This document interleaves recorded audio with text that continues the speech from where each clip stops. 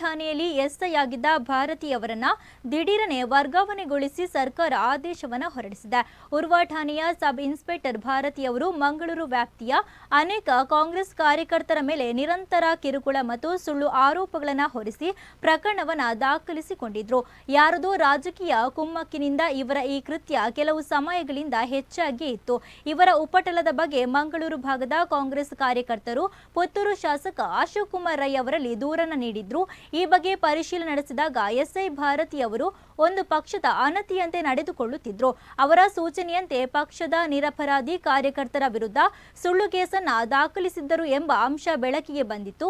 ರಾಜಕೀಯ ಪ್ರಭಾವ ಬಳಸಿ ಉರ್ವಾ ಠಾಣೆಯಲ್ಲಿ ಕೆಲವು ವರ್ಷಗಳಿಂದ ಎಸ್ಐ ಆಗಿರುವ ಇವರನ್ನ ಸರ್ಕಾರ ವರ್ಗಾವಣೆ ಮಾಡಿ ಆದೇಶಿಸಿದೆ.